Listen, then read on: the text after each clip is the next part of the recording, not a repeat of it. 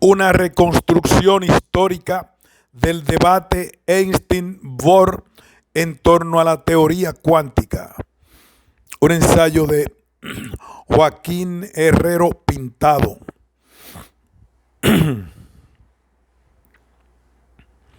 Resumen: esta es una reconstrucción de cómo Einstein y Bohr elaboraron los argumentos con los que debatieron desde 1927 hasta su muerte sobre la teoría cuántica y su adecuación a la realidad. Adoptamos como hilo conductor la evolución del punto de vista de Einstein, dividiendo su pensamiento en tres fases y mostrando cómo la influencia de cada una de ellas afectó a los diversos autores que, además de Einstein y Bohr, ayudaron a construir el debate. Introducción. Una de las dificultades en una reconstrucción histórica de la polémica entre Einstein y Bohr es que desde 1905 hasta 1927 se va produciendo sacudidas tales en el campo de la física que muchos de los físicos que elaboraron las teorías objeto del debate que vamos a analizar fueron cambiando de opinión, favoreciendo a lo largo del tiempo teorías aparentemente contradictorias, incluidos los propios protagonistas del debate objeto de este trabajo, Albert Einstein y Niels Bohr. Por ejemplo, Max Born pasó de contribuir decisivamente a la formulación de la mecánica matricial a posteriormente adoptar la mecánica ondulatoria, reinterpretándola estadísticamente. Wolfgang Pauli pasó de aplicar la mecánica matricial al átomo de hidrógeno a defender la antagonista mecánica ondulatoria de Schrödinger. Pero los casos más sobresalientes de estas evoluciones en la opinión fueron los de Einstein y Bohr mismos. Niels Bohr pasó de no creer en los cuantos y aceptar la teoría ondulatoria de la luz a aceptar parcialmente la teoría cuántica que postuló Planck, a apostar por mantener el apoyo experimental por la física clásica y a finalmente sostener un ambiguo principio de complementariedad que construye una imagen ondulatoria o cuántica de la naturaleza distinta en función del tipo de experimento que se realice sobre ella. Por su parte, Albert Einstein pasó de teorizar de forma clásica solo en función de magnitudes observables a postular la existencia de campos inobservables experimentalmente para posteriormente retomar una postura en defensa del determinismo y causalidad observables en la física clásica. Para complicar más las cosas, la polémica misma no versó sobre un solo tema, sino que debatieron sobre distintos aspectos de la teoría cuántica y además lo hicieron de forma indirecta hasta 1927 y de forma directa desde 1927. La polémica entre Einstein y Bohr que tratamos de reconstruir aquí es consecuencia de las investigaciones que se efectuaron desde 1900 sobre la naturaleza cuántica de la radiación electromagnética. Bohr describe los términos del debate con Einstein sobre una renuncia a un modo de descripción causal de los procesos atómicos, que hay que decidir si el temporal a fin de comprender los fenómenos o un paso irrevocable hacia obtener una correcta armonía entre el análisis y la síntesis de los fenómenos físicos. Dada la dificultad que supone para una reconstrucción los cambios de posición o ambigüedades de prácticamente todos los que intervinieron, y dado además que la incorporación de Niels Bohr al debate general fue posterior a la de Einstein, usaremos como metodología de la reconstrucción que nos proponemos las tres fases que observamos en el pensamiento de Einstein, y como cada una de ellas sirvió de inspiración para investigaciones y experimentos que definieron el debate directo de Bohr. Primer Einstein, la cuestión de los observables.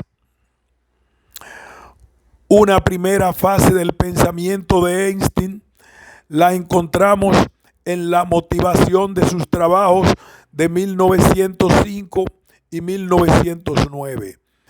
En uno de sus famosos trabajos publicados en 1905, titulado Sobre la electrodinámica de cuerpos en movimiento, postula su teoría de la relatividad especial a partir de observables, es decir, de sucesos en el espacio y el tiempo tales como el movimiento relativo de un imán y un conductor, abandonando como punto de partida la postulación, entonces generalizada, de un teórico éter propagador de la luz.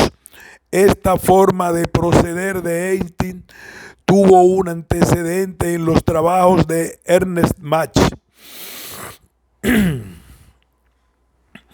que sostenía que cualquier declaración admisible científicamente debía ser empíricamente demostrable.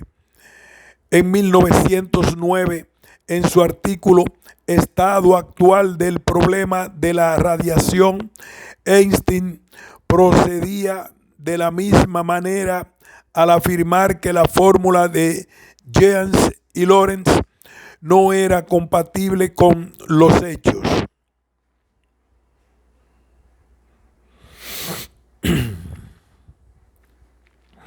Tanto el contenido como las propuestas metodológicas que contenían dichos artículos ejercieron influencia en dos físicos que tuvieron un papel relevante en el debate que nos ocupa.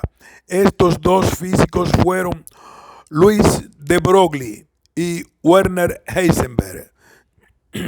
Louis de Broglie, animado por los artículos de Einstein de 1909, en los que anticipa que futuras investigaciones fusionarían las ondas y las partículas, tuvo en 1923 la idea de extender el descubrimiento de Einstein a todas las partículas, incluidos los electrones, idea que esbozó en 3 artículos publicados ese mismo año.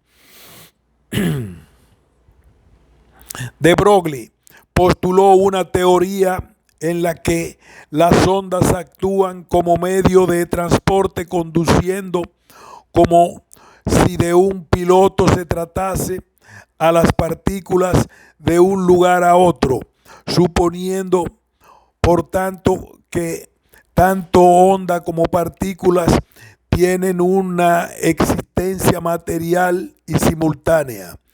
El éxito de su teoría era que posibilitaba una justificación de la que carecía el modelo de átomo de Bohr con órbitas cuánticas, ya que las órbitas posibles para los electrones serían sólo aquellas que fueran capaces de contener un número entero de longitudes de onda.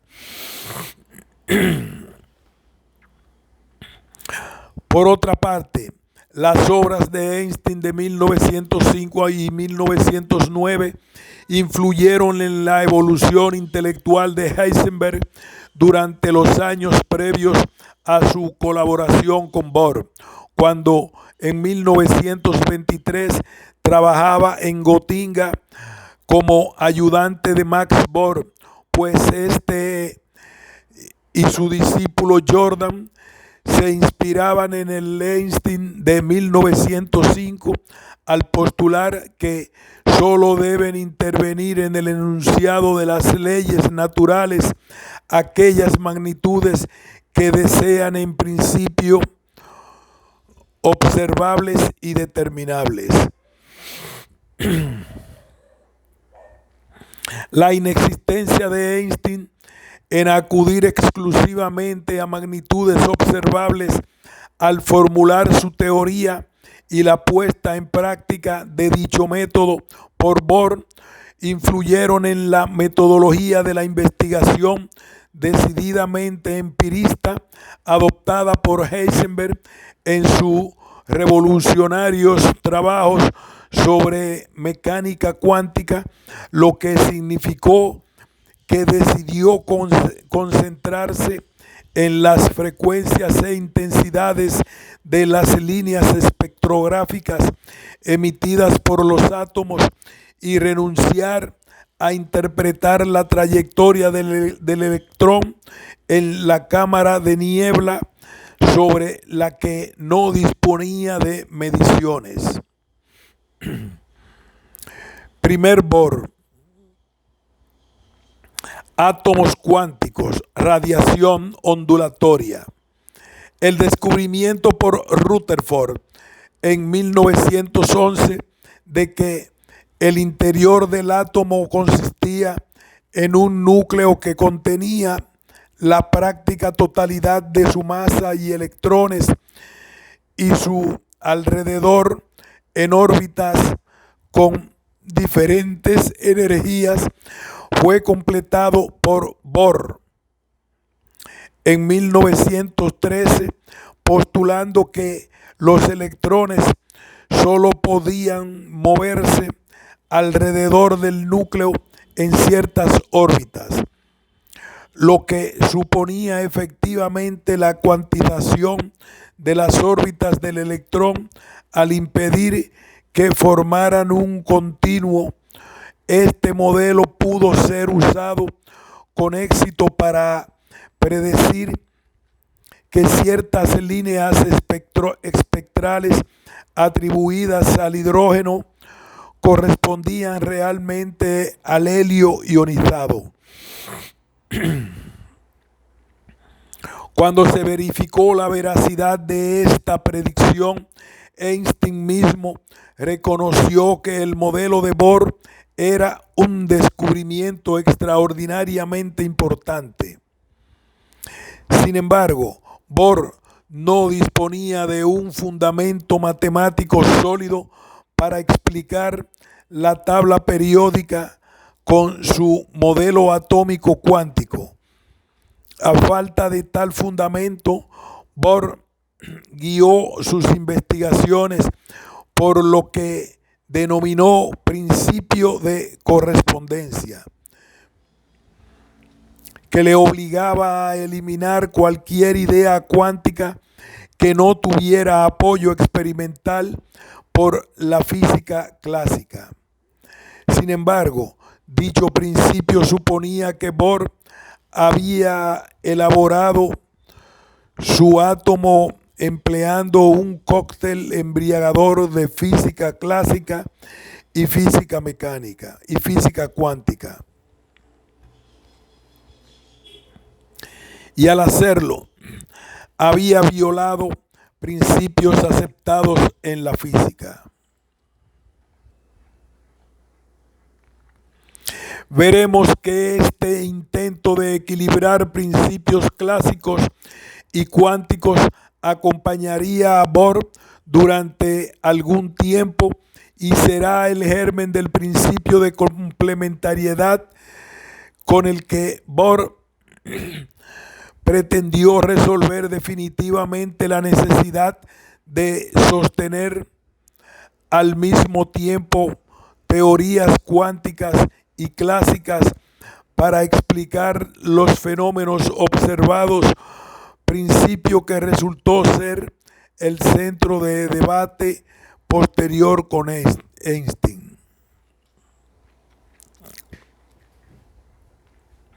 Curiosamente, a pesar de sus ideas cuánticas discontinuas sobre la estructura atómica, Bohr no creía a principios de los años 20 en la explicación cuántica de Einstein sobre el problema de la radiación, del que éste se había ocupado intensamente desde 1905 a 1911. Más bien estaba a favor de la teoría ondulatoria de la luz, aunque era capaz de aceptar las ideas de Planck sobre la emisión y absorción cuantizada de la luz. Fue solo cuando Sommerfeld llamó la atención de Bohr en 1923 sobre el descubrimiento de Arthur H. Compton, el aumento de la longitud de onda de los rayos X tras ser desviados por los electrones, que Bohr, muy a su pesar, se vio obligado a aceptar la teoría cuántica de la luz que tanto aborrecía.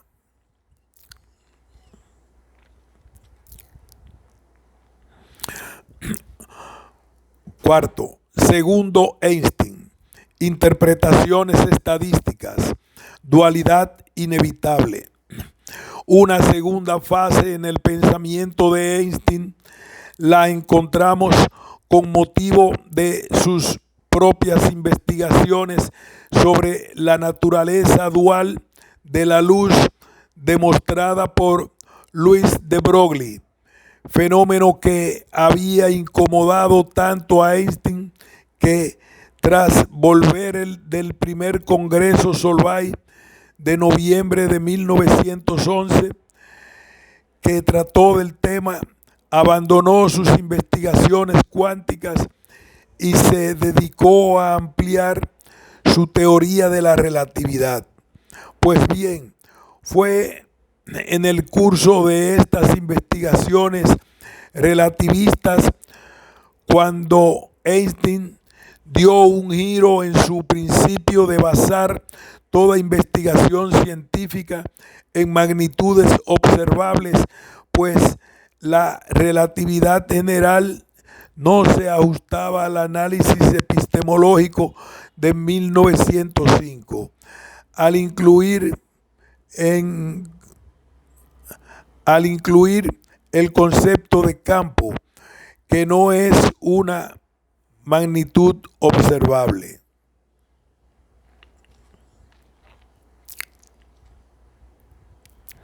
Al tener noticia en 1916 del experimento llevado a cabo por James Franck y Gustav Hertz, en el que consiguieron establecer el umbral de la energía a partir del cual era posible arrancar un electrón a un átomo de mercurio que era bombardeado con electrones, Einstein se dio cuenta con dicho experimento, la versión,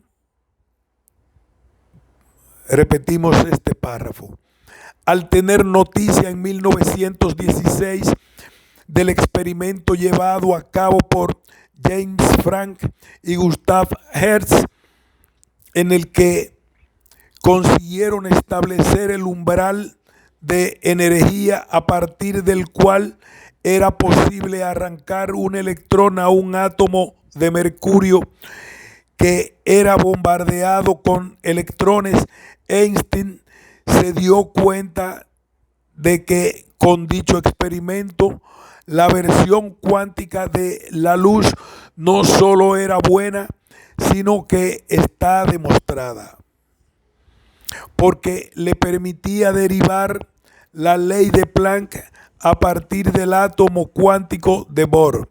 Esto hizo que Einstein volviera a investigar sobre la naturaleza dual de la luz.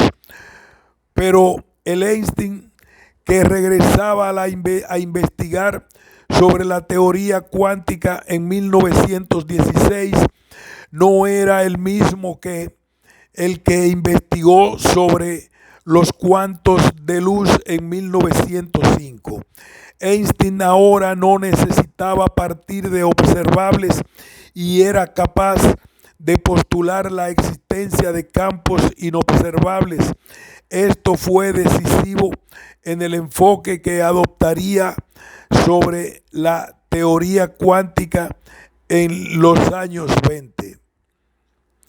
Esta nueva investigación de Einstein le llevó a descubrir que el fotón en cuanto de luz posee un momento vectorial, es decir, que no solo tiene magnitud, sino dirección, lo cual resultó en la necesidad de introducir la teoría de probabilidades en el dominio cuántico, ya que, como ponían de relieve claramente sus propias ecuaciones, era el azar quien regulaba el movimiento exacto, en el que un electrón cambiaría espontáneamente de nivel de energía, y también era el azar del que regulaba la dirección en la que sería emitido el cuanto de luz.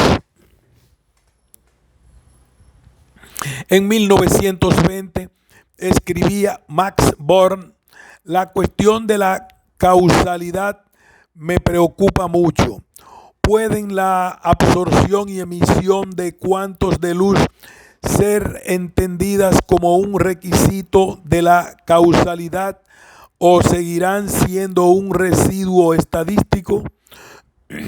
Debo admitir que en este punto mis convicciones no aclaran gran cosa. Lo cierto es que si me viese obligado a renunciar completamente a la causalidad, sería mucho más feliz. Además de las necesidades de introducir mecanismos estadísticos para describir los fenómenos cuánticos, había el problema de que la teoría cuántica de la luz no era capaz de explicar los fenómenos ondulatorios asociados con la luz, tales como la interferencia y la difracción. Pero, por otra parte, el experimento de Compton y el efecto fotoeléctrico no eran explicables con una teoría ondulatoria. Por tanto, dos teorías sobre la luz, ambas indispensables, sin conexión lógica alguna entre ellas, escribió Einstein en abril de 1924. En el curso de estas investigaciones de 1920 para tratar de resolver la dualidad onda-partícula y la relación de los cuantos de luz con el campo ondulatorio, Einstein habló a Bohr como este recuerda de una solución basada en un Jespersfeld, un campo de ondas fantasmas, sin ningún momento de un campo de ondas fantasmas, sin ningún momento ni energía parecido a las ondas piloto de Broglie, que seguiría a los fotones y determinaría la probabilidad de que tomen una trayectoria determinada. Como antes anticipamos, este Einstein de 1920 se postula campos inobservables y mecanismos de probabilidad que ponen en cuestión la visión causal y la determinista de la física, que difiere en gran medida del Einstein empirista de 1905. Pues bien, esta nueva línea de pensamiento de Einstein será fuente de inspiración para Max Born en su reinterpretación de la mecánica ondulatoria de Schrödinger. Influencia de Einstein en Schrödinger.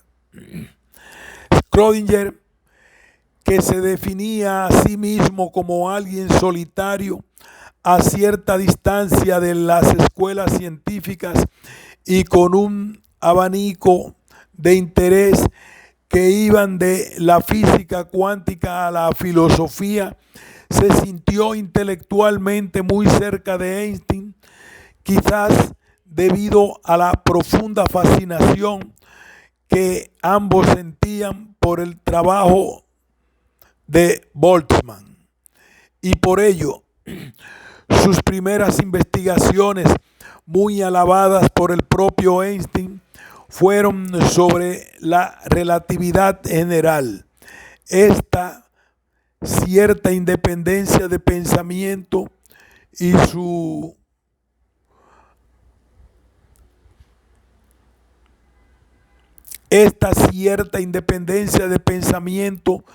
admiración por Einstein serían factores claves que ocasionarían el apoyo de Schrödinger a Einstein en el debate general que nos ocupa, tomando como punto de partida la hipótesis de Broglie y asumiendo que para tratar adecuadamente con ondas uno debía tener una ecuación de ondas. Ausente en la hipótesis de Broglie, Schrödinger consiguió crear a finales de 1925 la formulación de una completa mecánica ondulatoria que encontró rápidamente muchos adeptos por estar formulada en base a ecuaciones diferenciales bien conocidas por los físicos,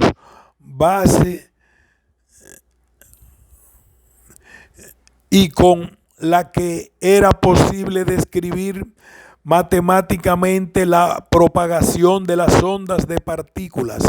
En enero de 1926 la publicó en su conocido trabajo Cuantización como un problema de los valores propios.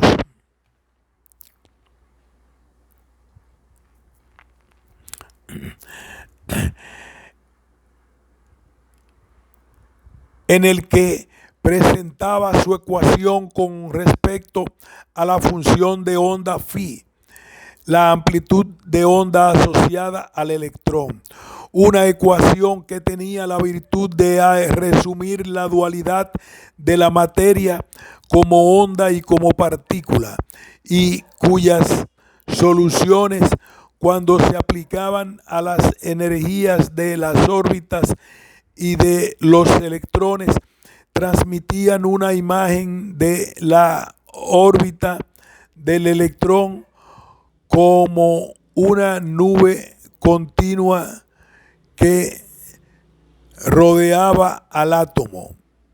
El electrón era, pues, para Schrödinger, un espacio lleno de ondas.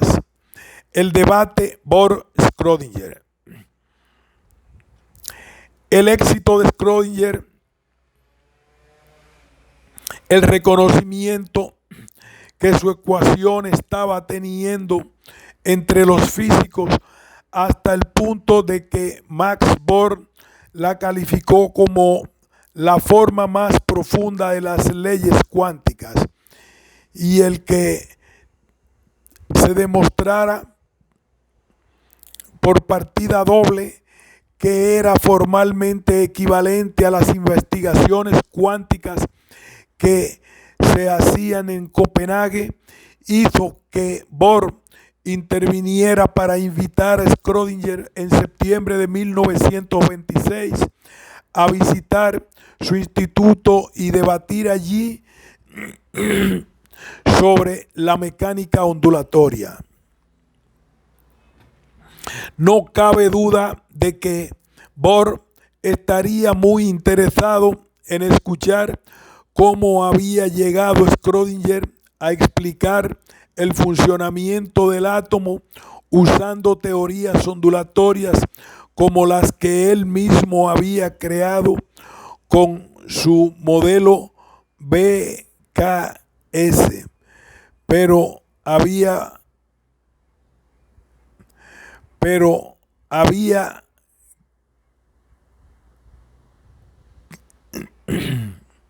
no cabe duda de que Bohr estaría muy interesado en escuchar cómo había llegado Schrödinger a explicar el funcionamiento del átomo usando teorías ondulatorias como las que él mismo había creado con su modelo BKS, pero había que descartarlo.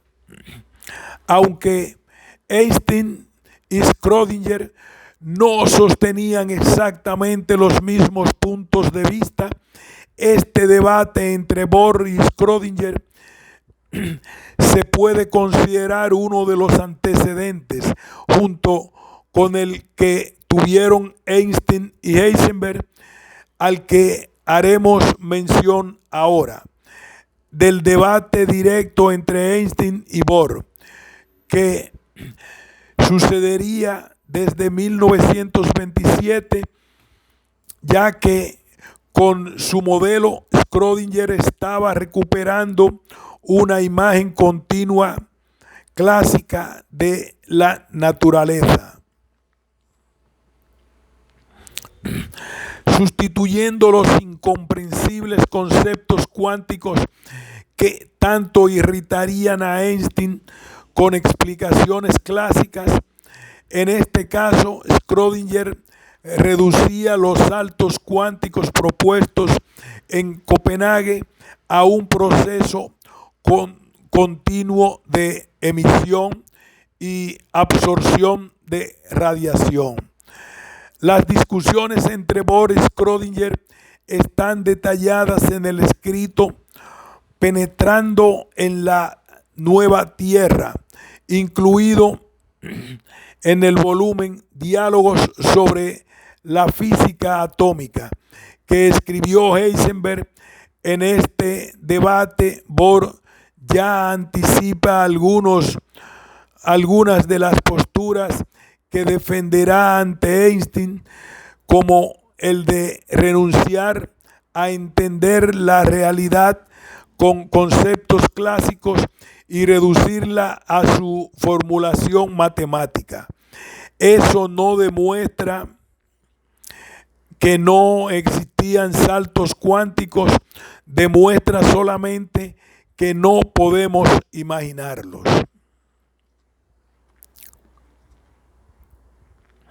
Schrödinger ratifica esta posición de Bohr sobre la realidad en la carta que escribe a Wien el mes siguiente. La aproximación de Bohr a los problemas atómicos es realmente llamativa. Está completamente convencido de que cualquier comprensión en el sentido habitual de la palabra es imposible. Por consiguiente, la conversación casi inmediatamente se dirige hacia cuestiones filosóficas y pronto uno no sabe si sostiene realmente la posición que él está atacando o si debe atacar la posición que él está defendiendo. El punto realmente conflictivo de la ecuación de Schrödinger resultó ser cómo interpretar la función de onda. Schrödinger comprendió que el cuadrado de la función de onda correspondía con una densidad espacial conservada y la interpretación de Schrödinger sobre qué era lo que se conservaba en dicha nube continúa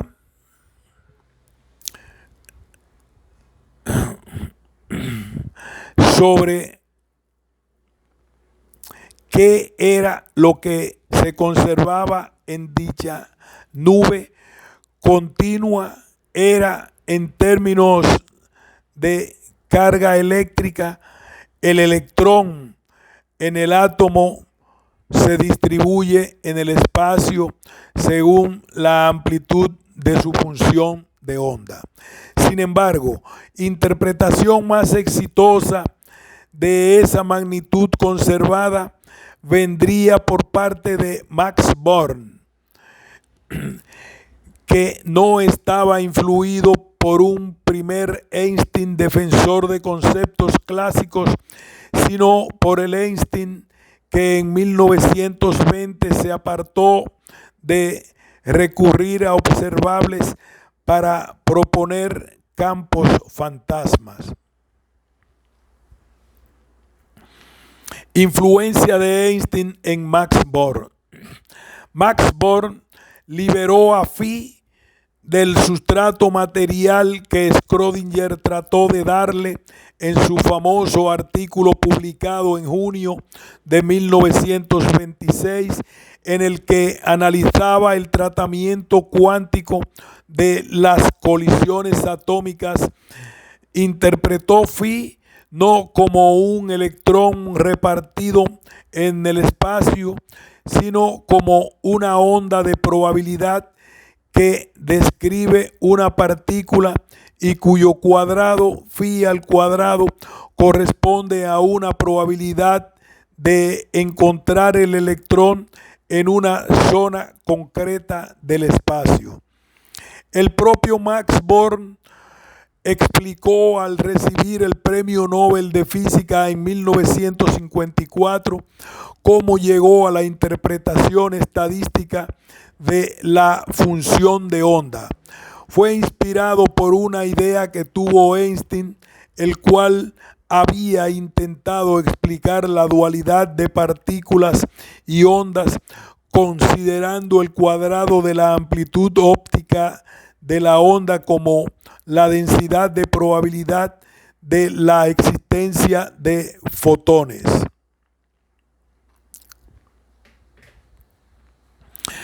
Uniendo esta inspiración a sus propios conocimientos de óptica, concluyó: la mecánica cuántica de Schrödinger da una respuesta bastante definida a la pregunta del efecto de la colisión de un electrón con un átomo, pero no hay lugar para una descripción causal.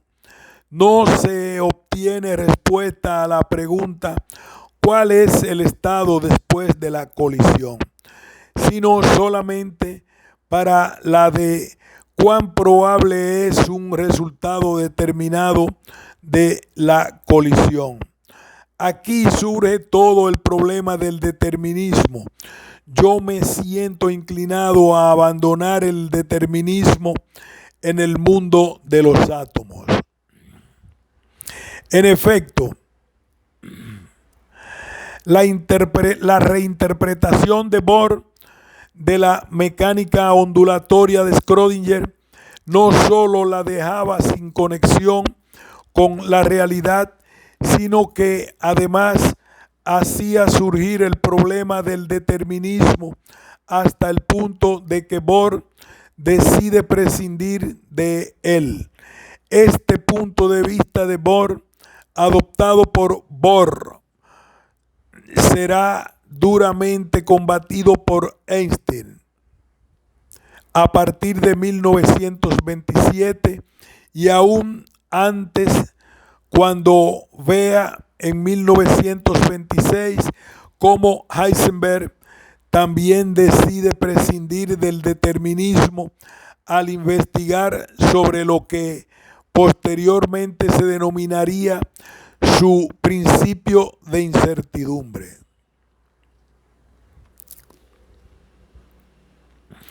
En octubre de 1926, Wolfgang Pauli generalizó la idea de Born. Hagamos aquí la diferenciación entre el nombre de Max Born y Niels Bohr, dos físicos cuánticos de gran relevancia ambos. En octubre de 1926, Wolfgang Pauli generalizó la idea de Born, haciéndola aún más radical al dejar de referir la función de onda a un fenómeno continuo y por tanto manifestándose la distribución de probabilidad de Born siempre de modo puntual y discontinuo, con lo que la ecuación de Schrödinger dejaba de formar parte definitivamente de un mundo físico continuo, ondulatorio, para pasar a integrarse como parte fundamental de la teoría cuántica. Quinto, la gestación de la opinión de Bohr. La opinión de la gestación de Bohr, Niels Bohr. Influencia de Einstein en Heisenberg y Niels Bohr.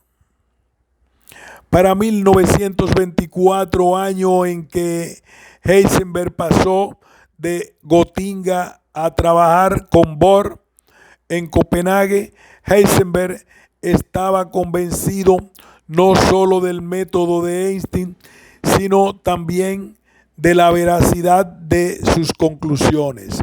La propia radiación está cuantizada y en consecuencia es inevitable aceptar la dualidad onda-corpúsculo. Sin embargo, este punto de vista era contrario al sostenido por Niels Bohr en el momento en el que Heisenberg comenzó a trabajar con él. Bohr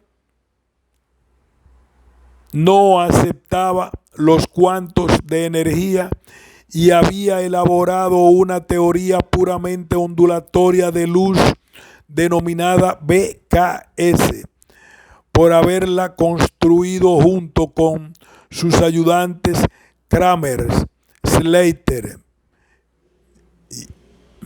Curiosamente, a esta teoría contraria al modo de pensar del Einstein de 1905, Slater había aportado el campo fantasma del Einstein de 1905.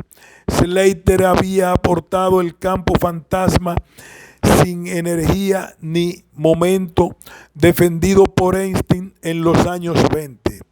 Si bien el modelo BKS, Bohr, Slater, Einstein, se separaba totalmente de los objetivos más clásicos de Einstein al considerar la conservación de la energía en el momento solo en promedio como una propiedad estadística, lo que hacía que Einstein empezara a mirar con recelo las elaboraciones de Bohr, por muy ondulatorias y defensoras del continuo que fueran. Así, aunque había elementos defendidos por Einstein en cada uno de los dos modelos en conflicto, en Copenhague, Einstein no se identificaba con ninguno de ellos. A Bohr le dijo respecto de su abandono de la conservación de la energía de su modelo BKS que si es preciso abandonar estas ideas tan fundamentales en la física clásica, entonces preferiría ser zapatero o empleado de un casino de juegos antes que físico. Y con Heisenberg tuvo la conocida discusión que pasamos a analizar y que fue narrada por este en su escrito La mecánica cuántica y una conversación con Einstein, incluido en el volumen Diálogos sobre la física atómica, en la que cuestionó el punto de partida de sus teorías cuánticas.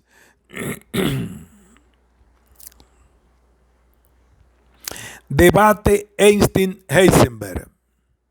Heisenberg narra en primera persona su sorpresa al escuchar a Einstein renunciar al postulado de Mach de que una teoría es propiamente mera suma de observaciones.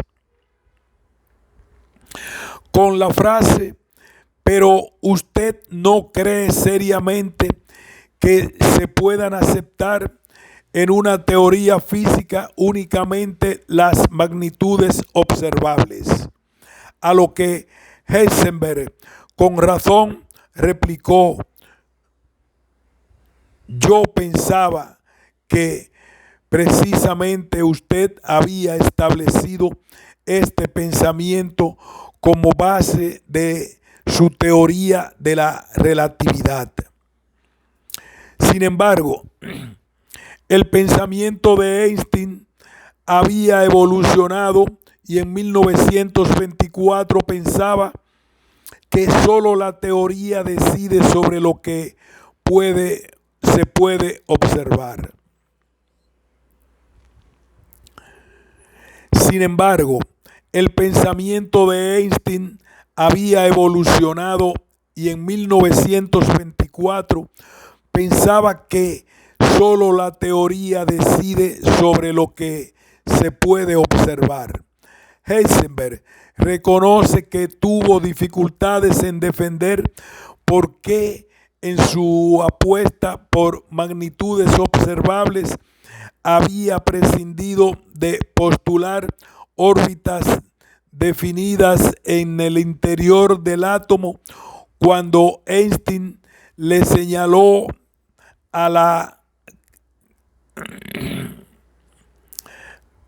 perfectamente observable trayectoria de un electrón en una cámara de niebla de la que Heisenberg había prescindido al teorizar.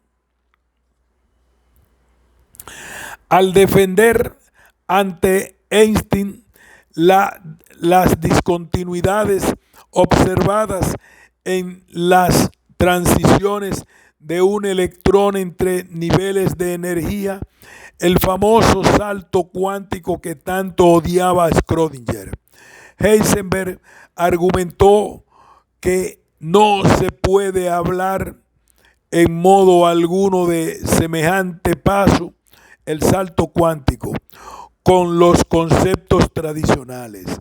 No podemos describirlo como un proceso en el espacio y el tiempo. Heisenberg parecía aquí defender dos opiniones opuestas.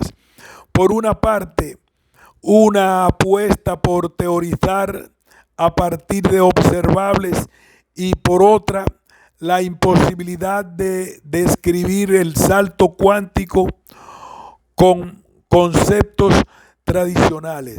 Heisenberg estaba experimentando una evolución de su pensamiento semejante al de Einstein, pero con un destino muy distinto.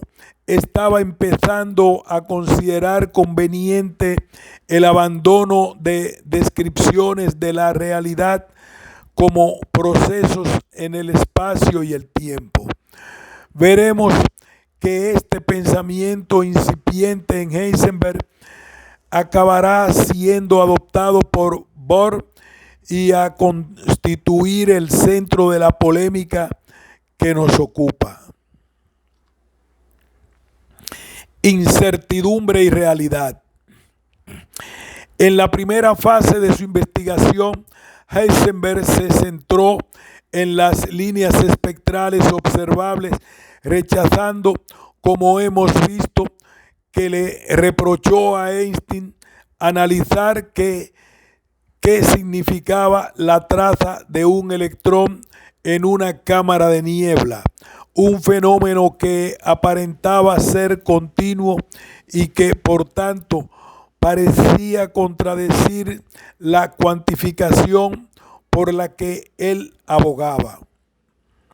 Pues bien, cuando Heisenberg aplicó a la traza del electrón la indeterminación que había encontrado en otros procesos de medida, se dio cuenta de que para saber en qué posición está el electrón en su camino a lo largo de la cámara de niebla, hay que lanzarle fotones que lo sacarán del camino, que llevaba lanzándolo a una trayectoria respecto de la cual no tenemos ninguna certeza. La conclusión de Heisenberg es que el concepto camino del electrón por la cámara de niebla no tiene sentido porque al medirlo resulta perturbado e irreconocible. Por fin había encontrado una relación entre la teoría cuántica y un fenómeno aparentemente continuo. La crítica que Einstein le hizo a la conversación que tuvieron en 1926 parecía desmoronarse. Einstein le acusó de contradecirse. ¿Se ve usted obligado a afirmar en la cámara de niebla? Observamos la trayectoria del electrón a lo largo de la cámara, pero en el átomo no debe haber, según su opinión, órbita electrónica alguna. Esto es, obviamente, un contrasentido. Ahora Heisenberg ya no se contradecía porque podía afirmar que en ausencia de un experimento que pueda medir la posición del electrón, tal posición no existe. Había dejado de basarse en observables y hecho suya la crítica que Einstein le hizo. Solo la teoría decide sobre lo que se puede observar. Aunque llegando a unas conclusiones que Einstein no podía compartir, ya que para Heisenberg, si no hay ningún experimento que pueda medir la posición del electrón, es que tal posición no existe. Afirmando esto, Heisenberg consumó su abandono de la idea de basarse en magnitudes observables y de una manera muy radical postuló que es la formulación matemática de la teoría la que determina qué es la realidad. El debate Bohr-Heisenberg. Bohr no estaba de acuerdo en que Heisenberg localizara el momento de incertidumbre en el comportamiento impredecible del electrón al ser golpeado por el fotón. Para Bohr era la dualidad onda-partícula la que constituía el centro de la incertidumbre encontrada por Heisenberg. Es fácil imaginar la relación entre Heisenberg cuando Bohr intentó explicar la incertidumbre acudiendo a fenómenos ondulatorios que estaban entre los antecedentes intelectuales de Bohr, pero que para Heisenberg eran conectar su teoría con la de Schrödinger, de la que llegó a decir: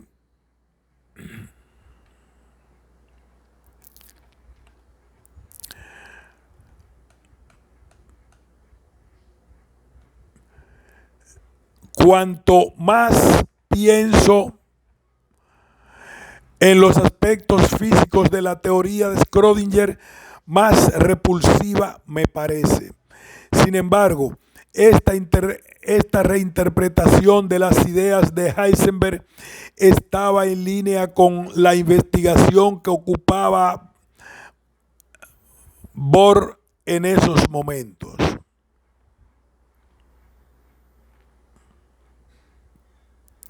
La inclusión de fenómenos ondulatorio y corpuscular en un único marco conceptual al que él llamaba principio de complementariedad.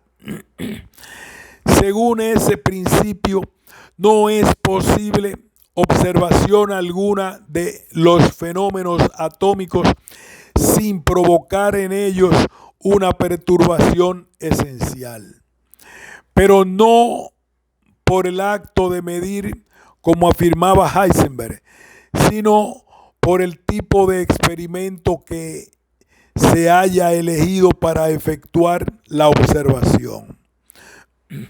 Para Bohr, toda observación accede a una visión parcial del fenómeno que pretende ser observado, ondulatoria o corpuscular, pero nunca puede acceder a ambas.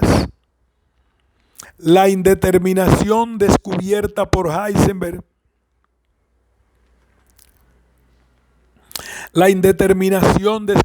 así por Heisenberg sería así una consecuencia de la complementariedad que resultaba ser un fenómeno fundamental e inevitable. Sin embargo, desde el punto de vista de Heisenberg, lo que Bohr había hecho es poner su principio de indeterminación al servicio de la causa de la complementariedad, al usarlo para mostrar que no se puede hacer una medición simultánea de dos magnitudes observables complementarias, posición y momento. No solo esto, sino que Bohr seguía pensando lo que enunció 3 años antes, que toda descripción de los fenómenos naturales debe basarse en ideas que hayan sido introducidas y definidas por la teoría clásica, por lo que la postura radical de Heisenberg de renunciar a conceptos clásicos como posición o trayectoria quedaba invalidada por Bohr. Finalmente, Heisenberg cedió y aceptó que el punto de vista ondulatorio de Schrödinger permite explicar mejor que el cuántico algunos puntos de su propia argumentación. Así que acabó aceptando que la incertidumbre era una consecuencia de la dualidad onda-partícula, como había dicho Bohr. Esto significaba que Bohr ya tenía completa su teoría atómica, en la que la complementariedad reforzada ahora por el principio de incertidumbre de Heisenberg ocupaba un lugar central.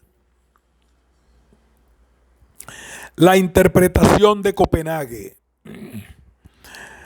Bohr presentó oficialmente su visión del mundo cuántico en septiembre de 1927 en el Congreso Internacional de Física, que se celebró en la ciudad italiana de Como. Una visión que llegaría a ser conocida entre los físicos como interpretación de Copenhague. En dicha conferencia, Bohr recogió en un único marco conceptual las siguientes piezas: mecánica matricial elaborada por Heisenberg, Bohr y Jordan; la interpretación estadística hecha por Born, Max Born, de la mecánica ondulatoria de Schrödinger; el principio de incertidumbre de Heisenberg, pero interpretado según el principio de complementariedad elaborado por Bohr.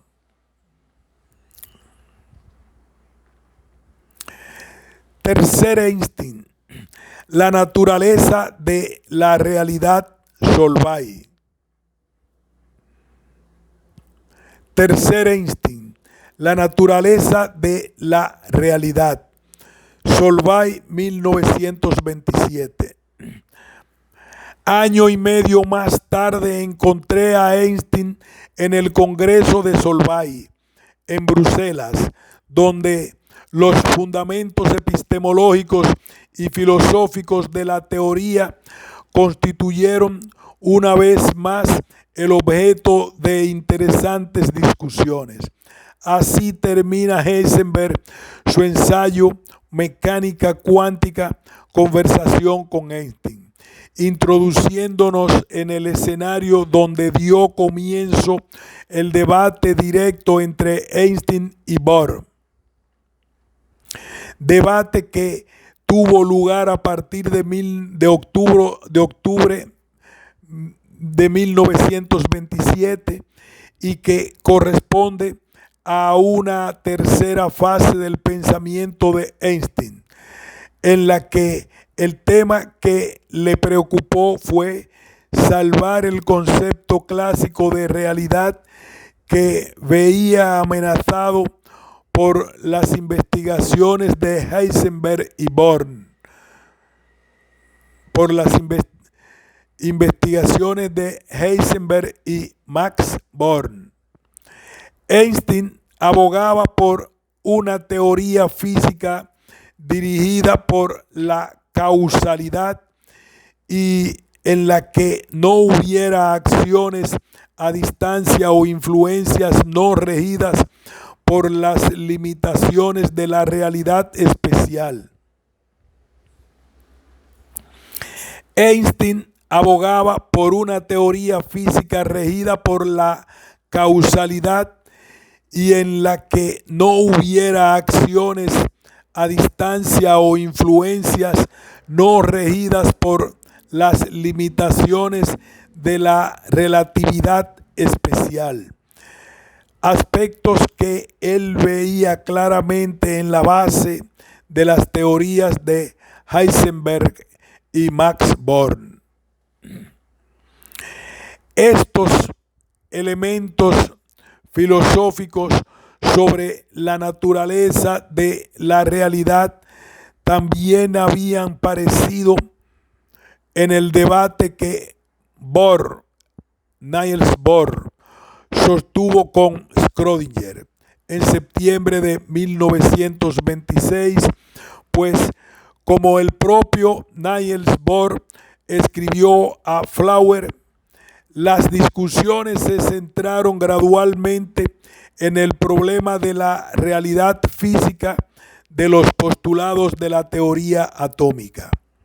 Así, Einstein y Niels Bohr comenzaron a debatir sobre la naturaleza de la realidad desde antes del Congreso Solvay de 1927.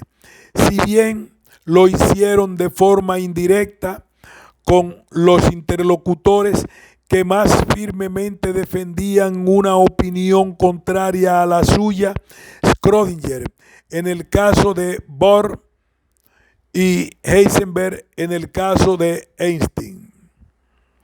El Congreso al que hacía referencia Heisenberg tuvo lugar en octubre de 1927 en el Hotel Metropole de Bruselas. Se tituló Electrones y Fotones y estaba anunciado que giraría en torno a la nueva mecánica cuántica y a cuestiones relacionadas con ellas.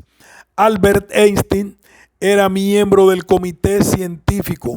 Durante el Congreso, Louis de Broglie, Arthur Compton, Max Born, Werner Heisenberg y Erwin Schrödinger presentaron sendos informes con los que en el Congreso estuvieron representadas tanto las tesis ondulatorias como las cuánticas. De Broglie presentó su tesis de las ondas piloto conduciendo a partículas. Schrödinger su crítica a los saltos cuánticos discontinuos y Born y Heisenberg presentaron toda su artillería. El formalismo matemático de la mecánica matricial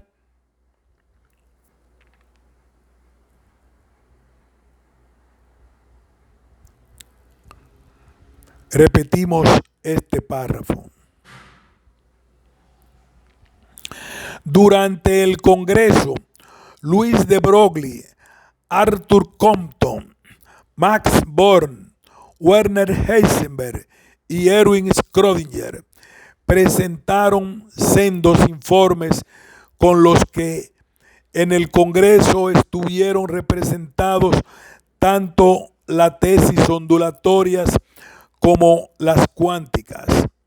De Broglie presentó su tesis de las ondas piloto conduciendo a partículas. Schrödinger su crítica a los saltos cuánticos discontinuos.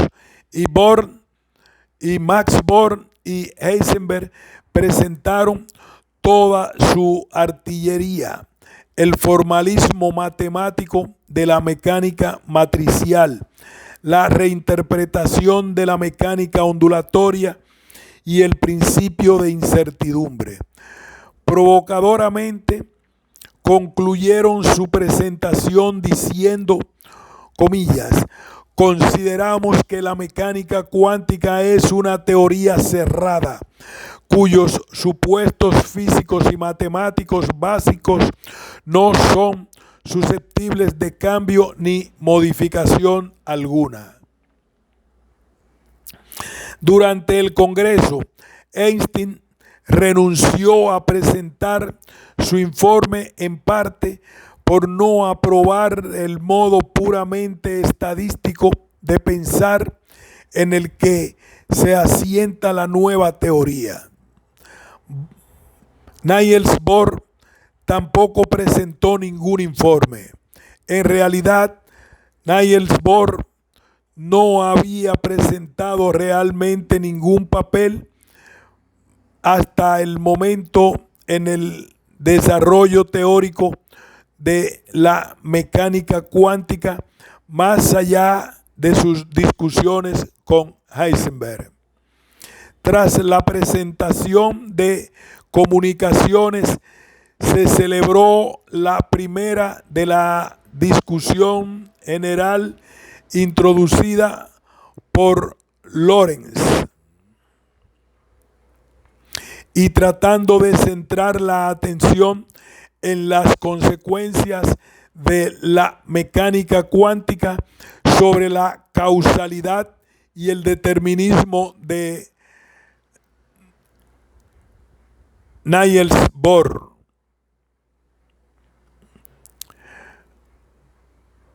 Dirigió el resto de la sesión presentando su tesis de que la dualidad onda-partícula únicamente podía explicarse desde el principio de incertidumbre que a su vez se asentaba sobre el principio de complementariedad presentado por Niels Bohr en Cómo.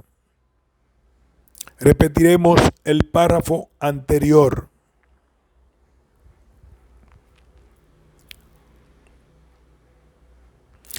Tras la presentación de comunicaciones, se celebró la primera sesión de la discusión general introducida por Lorentz. Y tratando de centrar la atención en las consecuencias de la mecánica cuántica sobre la causalidad y el determinismo. Niels Bohr dirigió el resto de la sesión presentando su tesis de que la dualidad onda-partícula únicamente podía explicarse desde el principio de incertidumbre que a su vez se asentaba sobre el principio de complementariedad presentado por Bohr en Cómo.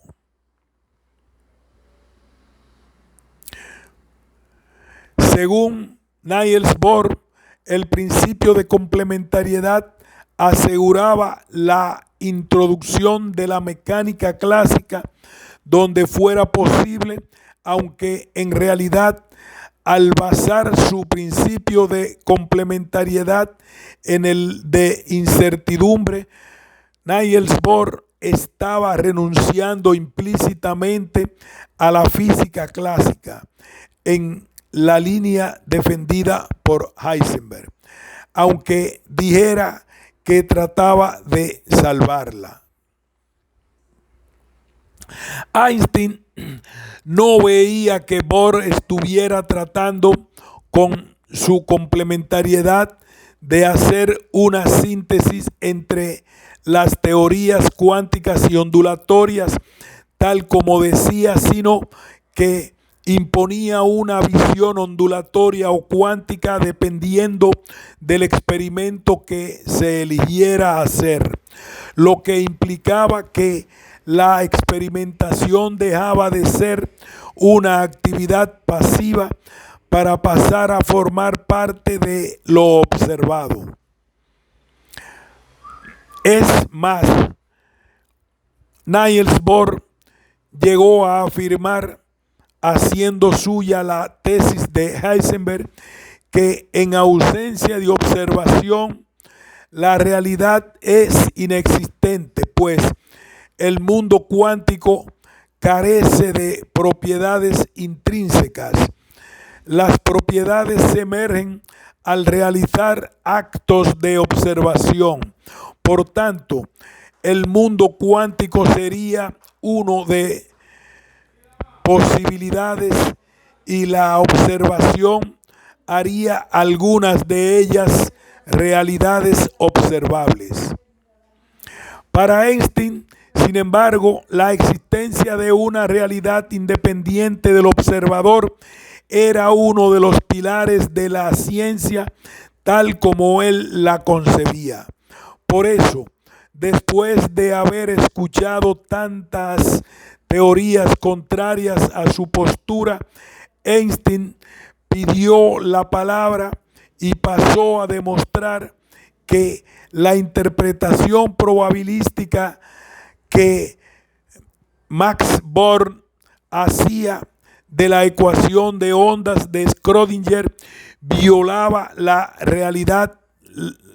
en realidad la relatividad especial. cuando la usábamos para explicar un sencillo experimento mental que Einstein propuso.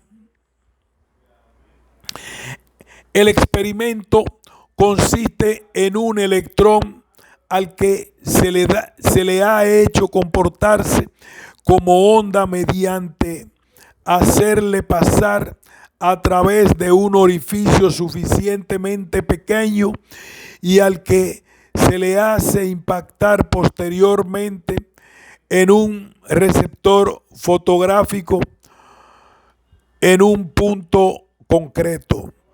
Cuando el electrón es detectado por el receptor, se comporta como partícula. Pero, ¿qué ha sucedido con la onda que describía el electrón antes del impacto?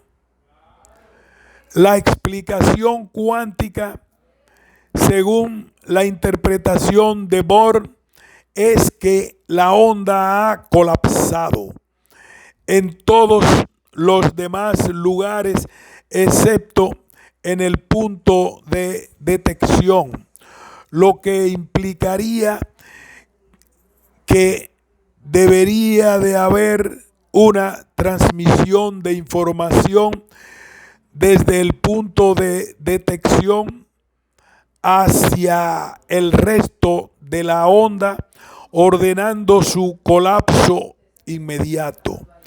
Esta transmisión instantánea de información violaría la relatividad especial, en opinión de Einstein. El argumento de Einstein indica claramente que su preocupación era referir la onda matemática al mundo físico, a una onda real, tal como hizo Schrödinger, y no a una onda de probabilidad como pretendía Bohr. Además, no quedaba claro si la interpretación probabilista de Bohr, Max Bohr, se refería a una probabilidad intrínseca al electrón o a una probabilidad que reflejaba la ignorancia del experimentador sobre la posición real del electrón. Niels Bohr describe en su relato del debate cómo el experimento de Einstein se fue complicando según Bohr describe en su relato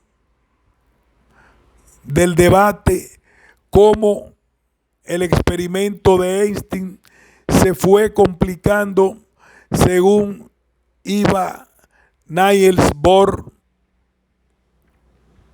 replicando su argumentación para llevar el experimento a su terreno y hacer que el instrumento de medida causara perturbaciones en el electrón al pasar por el orificio. El aparato imaginado por Einstein,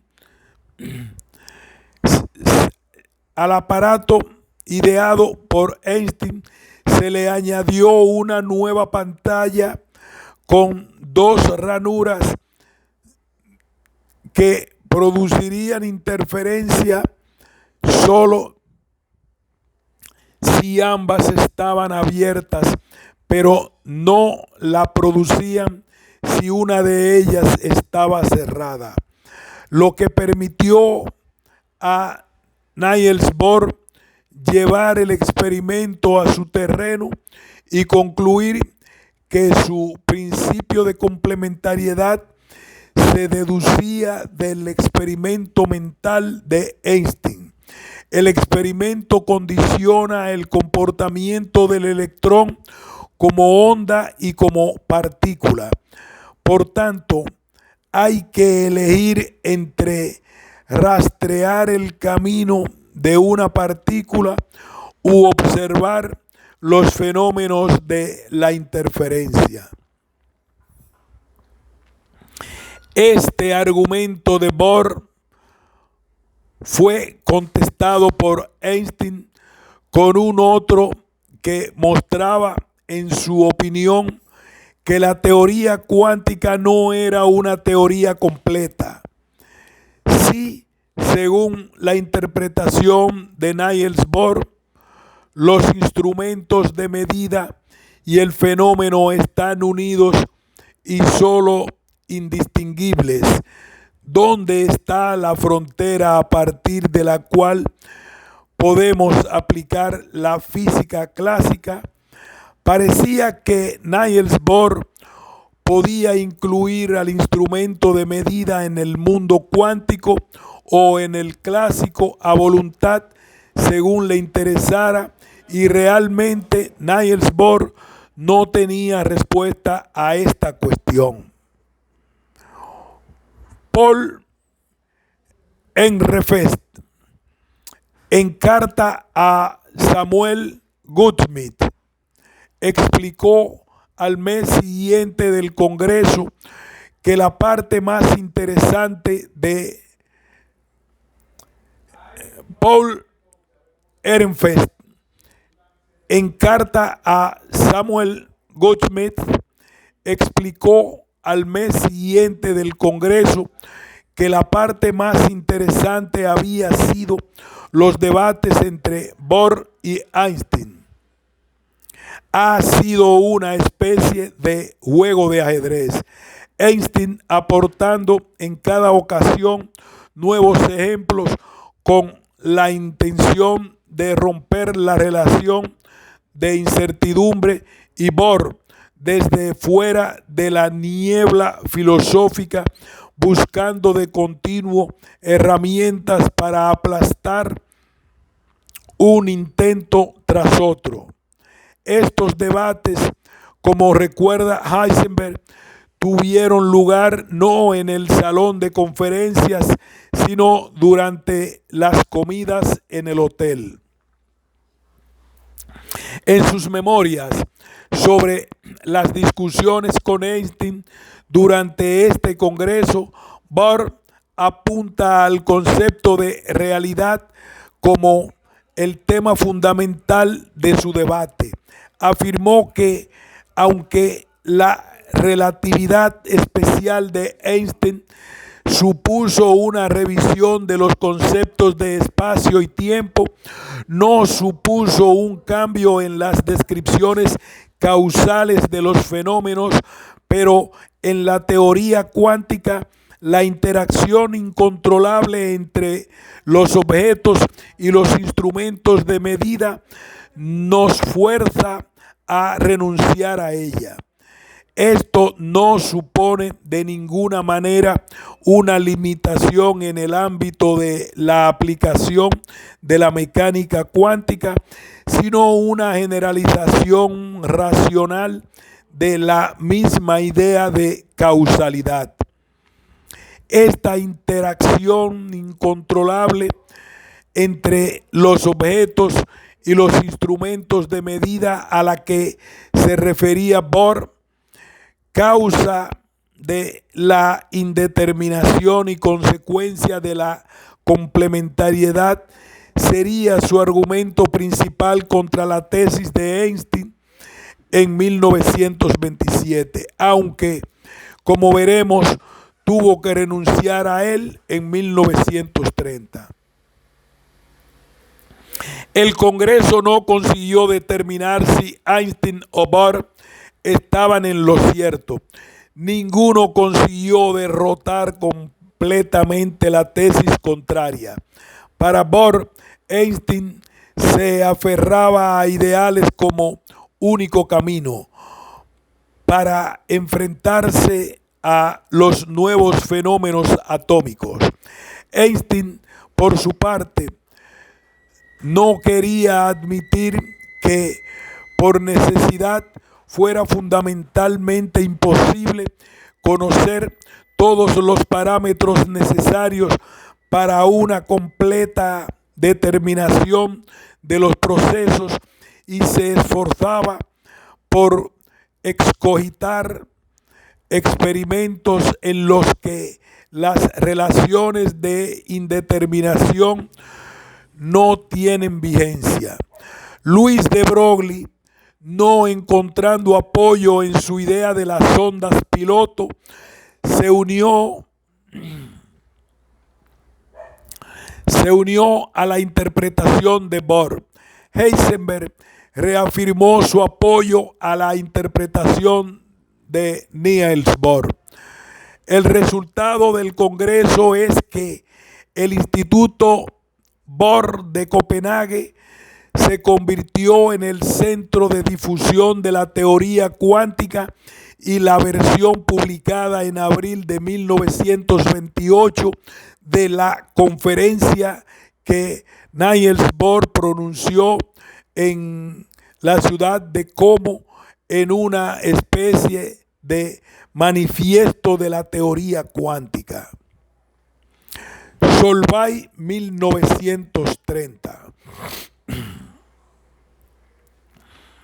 En este congreso, el sexto congreso Solvay sobre las propiedades magnéticas de la materia, celebrado en Bruselas en octubre de 1930, la discusión entre Einstein y Bohr continuó y adquirió un giro dramático,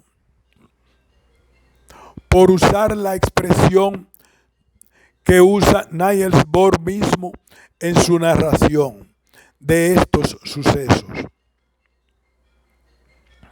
El dramatismo se debe a que el nuevo experimento mental de Einstein presentó en este congreso parecía imbatible y era asombrosamente simple.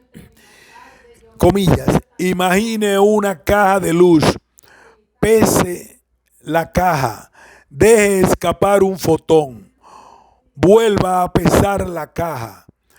Bohr se dio cuenta inmediatamente de que Einstein estaba usando su famosa ecuación E igual a masa por la velocidad de la luz al cuadrado,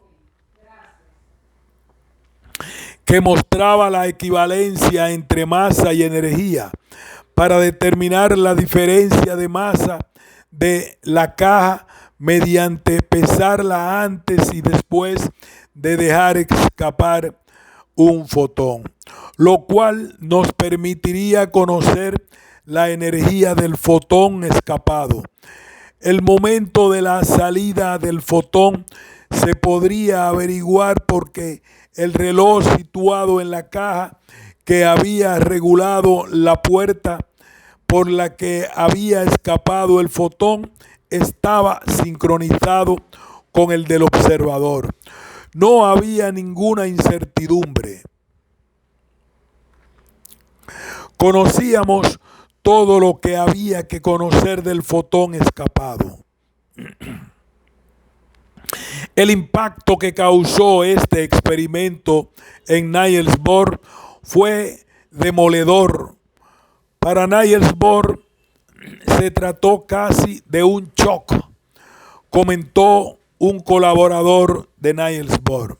Sin embargo, el giro dramático al que Bohr se refería sucedió porque Bohr se dio cuenta de que al disminuir de peso la caja había sucedido una dilatación gravitacional del tiempo, tal como Einstein demostró con su relatividad general.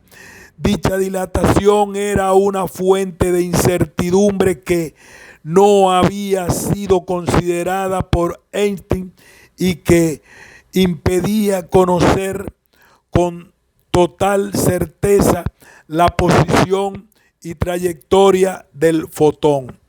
Einstein acabó aceptando que la teoría cuántica contiene sin la menor duda una pieza importante de verdad última. Si bien al mismo tiempo pensaba que no contenía toda la verdad, que era una teoría incompleta.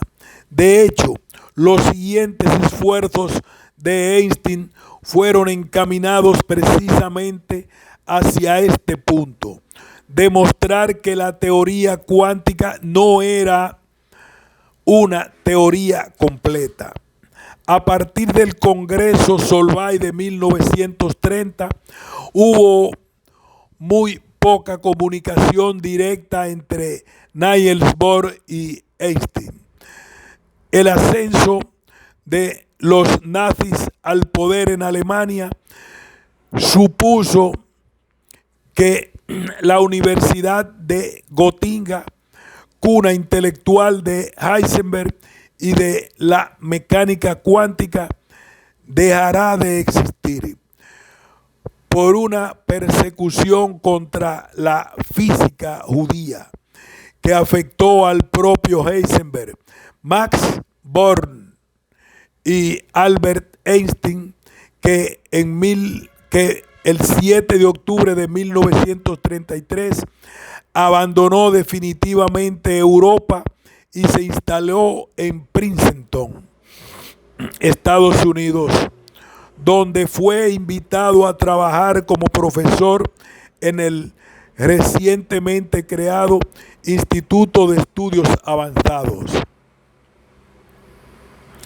La neutralidad danesa durante la guerra hizo que el Instituto Bohr de Copenhague pudiera continuar su normal funcionamiento, incluso recibiendo a algunos de los científicos exiliados en Alemania. Desde su nuevo emplazamiento, Einstein lanzó su último ataque a la teoría cuántica. Octavo, nuevo desafío a la teoría cuántica desde Princeton.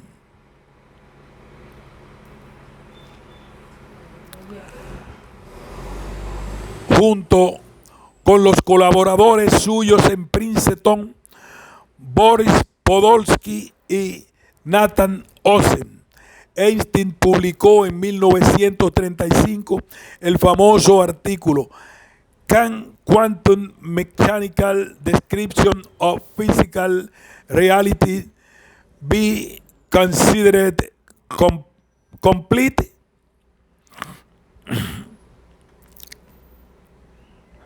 Que las iniciales de los apellidos de sus tres autores ha pasado a la historia conocida como EPR.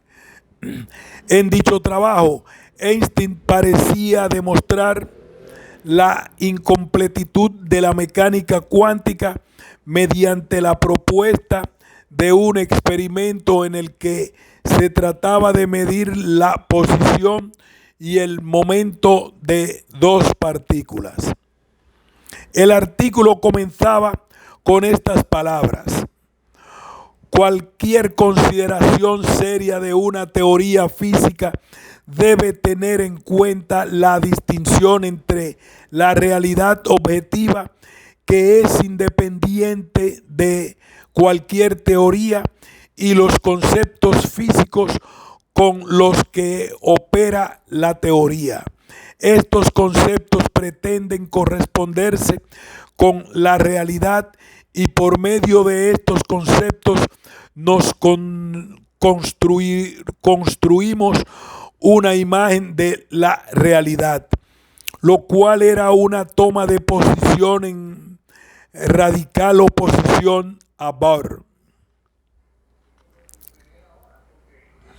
El trabajo EPR se basaba en lo que denominaba elementos de realidad, que consisten en aquellos sucesos que pueden ser predichos en un sistema sin necesidad de perturbarlo, e insiste en que un universo así tendría la característica llamada localidad, es decir, que algo que sucede en un lugar no puede afectar instantáneamente a algo que sucede en un lugar lejano a él, ya que la transmisión de información está limitada por las reglas de la relatividad especial, en particular por la limitación de la velocidad de la luz.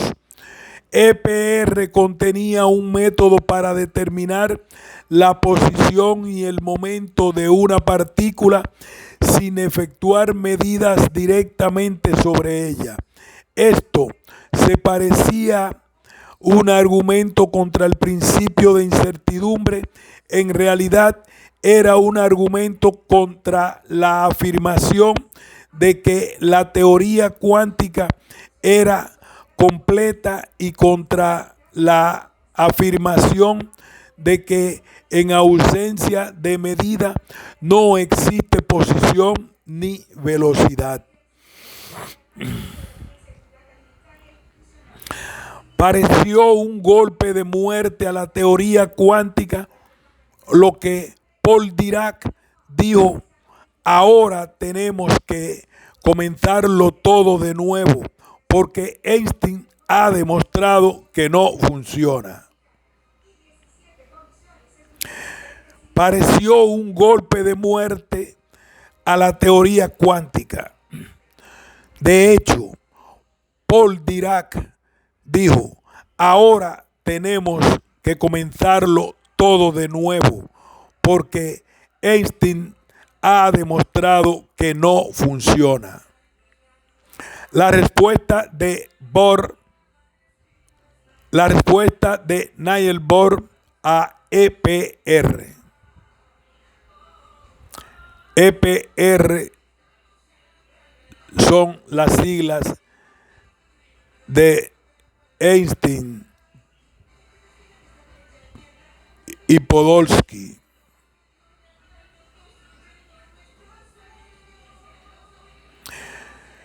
El experimento propuesto por Einstein, además, había dado de lleno en una duda interna de que Bohr no había resuelto.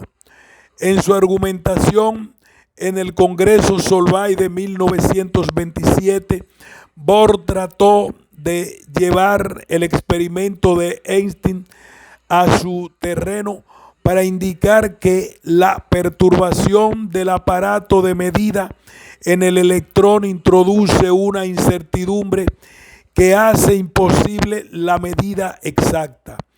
Sin embargo, en 1930, Niels Bohr encontraba imprecisos los engañosos enunciados tales como el de que la observación perturbaba el fenómeno.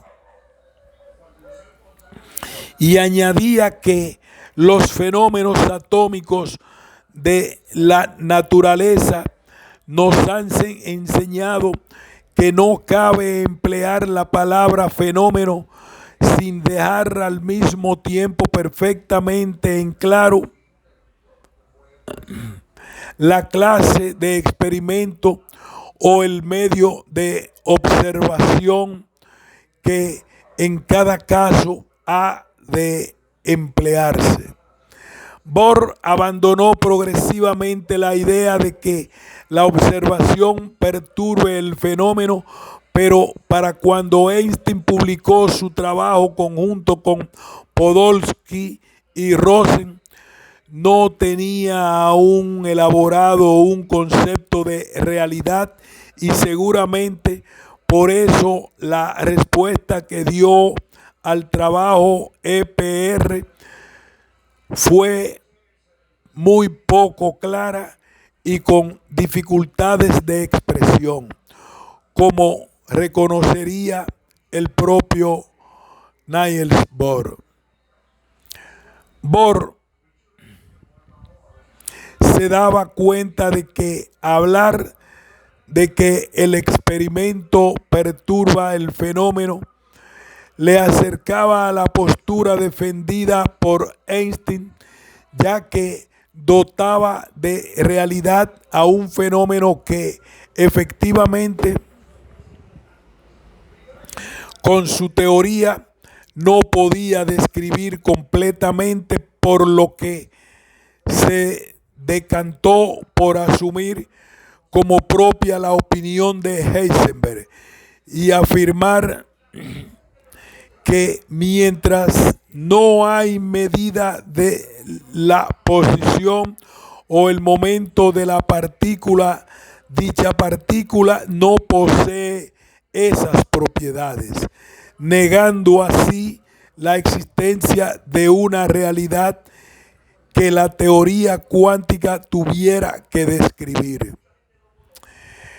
Esa es la razón de que en la contestación de Niels Bohr a Einstein, Podolsky y Rosen, titulada exactamente igual que el trabajo al que rebatía Can Quantum Mechanical Description of Physical Reality by Considered Complete, Bohr afirmara que no había mechanical disturbance o the system under investigation during the last critical stage of the measuring process, sino an influence on the very conditions which define the possible types of predictions regarding the future behavior of the system. He escogido mantener la redacción original de Niels Bohr para apreciar las dificultades de expresión que él mismo reconoce al introducir el principio de complementariedad como argumento en lugar de la indeterminación durante el proceso de medida. Niels Bohr con este argumento no necesitaba refutar el sistema de medición de Einstein, que hubiera conseguido medir simultáneamente posición y velocidad, anulando la indeterminación cuántica.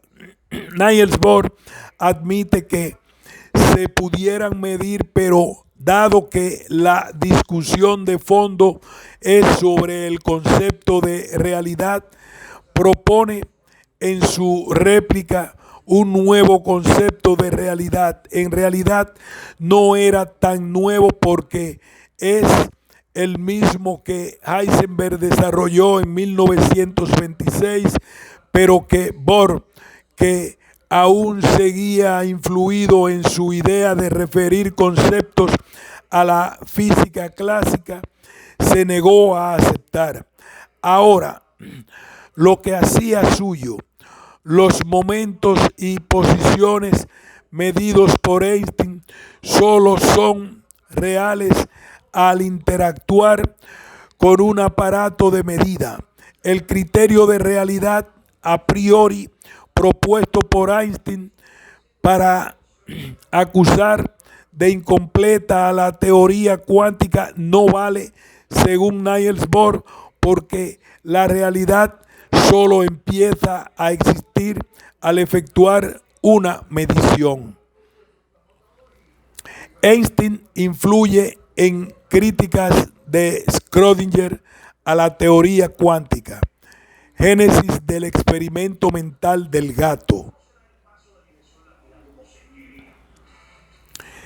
Schrödinger estuvo completamente de acuerdo con lo que Einstein defendía en el trabajo Einstein, Podolsky y Rosen.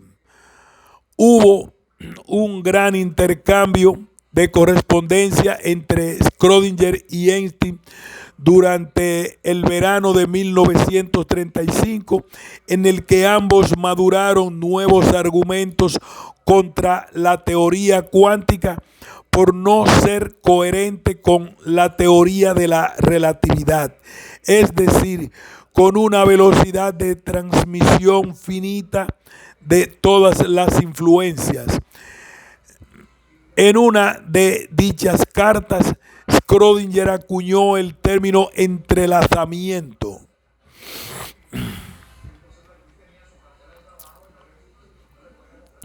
para describir las correlaciones entre partículas a las que hacía referencia el experimento EPR. Los nuevos experimentos mentales que Einstein elaboró en dicho intercambio con Schrödinger enfatizan el papel de la separatividad, algo que no estaba tan claramente destacado en el trabajo EPR. Einstein ideó el experimento mental acerca de dos cajas cerradas, una de ellas vacía y otra conteniendo una pelota. Nuestro desconocimiento de lo que hay en el interior de cada caja nos hace afirmar que cada caja tiene un 50% de probabilidades de contener la pelota, pero eso no tiene ninguna relación con la realidad física. La realidad física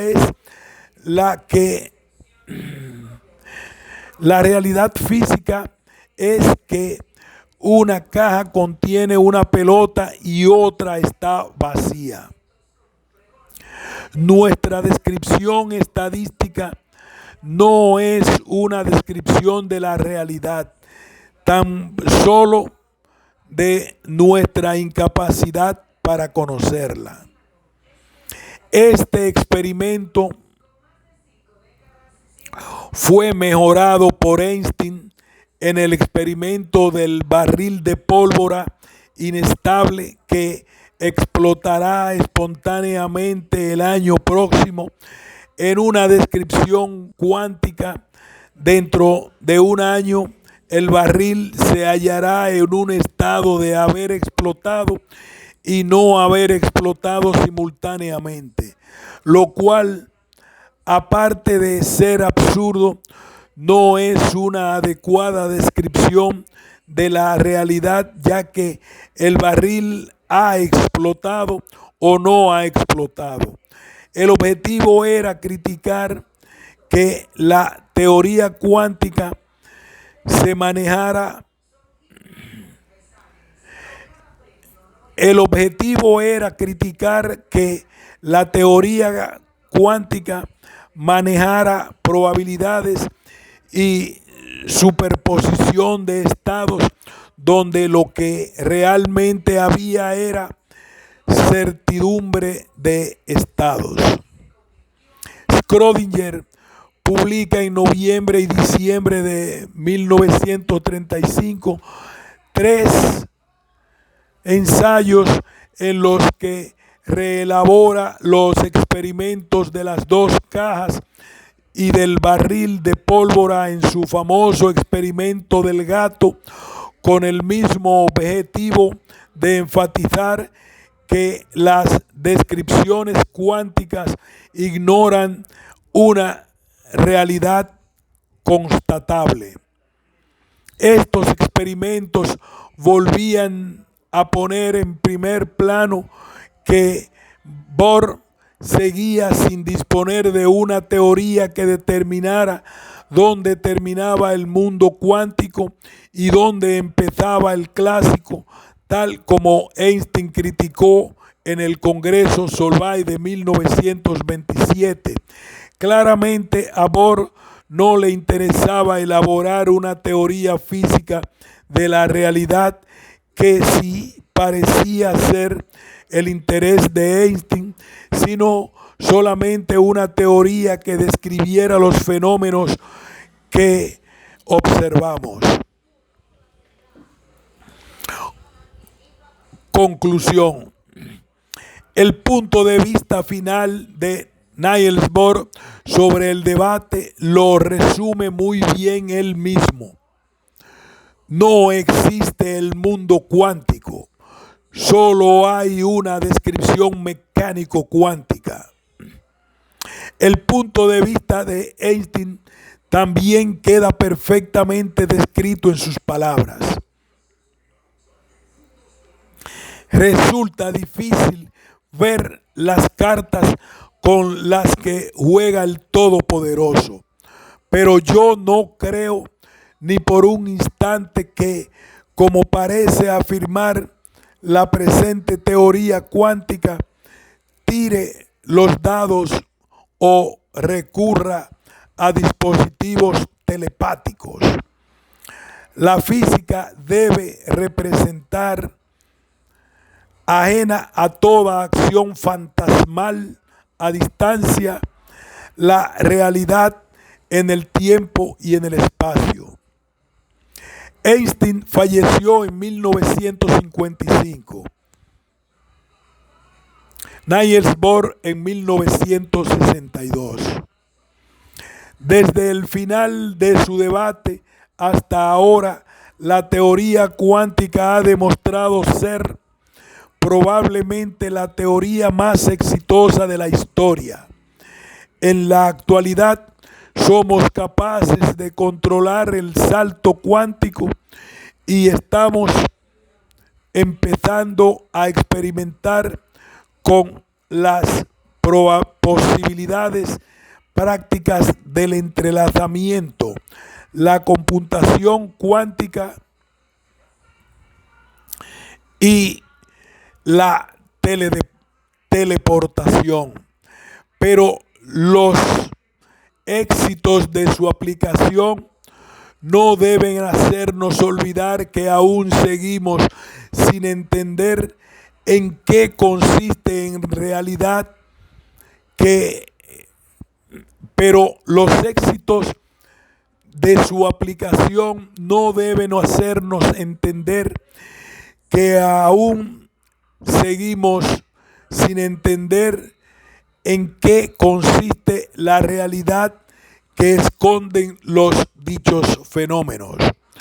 Como expresa muy bien Roger Penrose, somos afortunados porque hemos dado con formulaciones matemáticas que concuerdan con la naturaleza de forma sobresaliente, pero la unificación de la naturaleza como un todo en una única formulación matemática puede que solo sea una alucinación.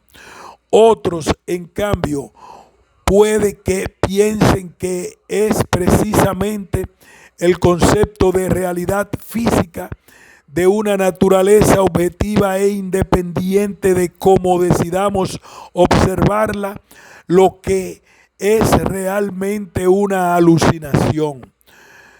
Debate sobre la naturaleza de la realidad continúa.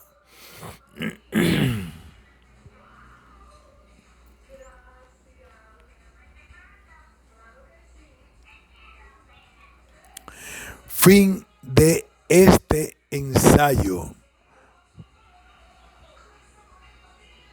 El debate Einstein-Niels Bohr.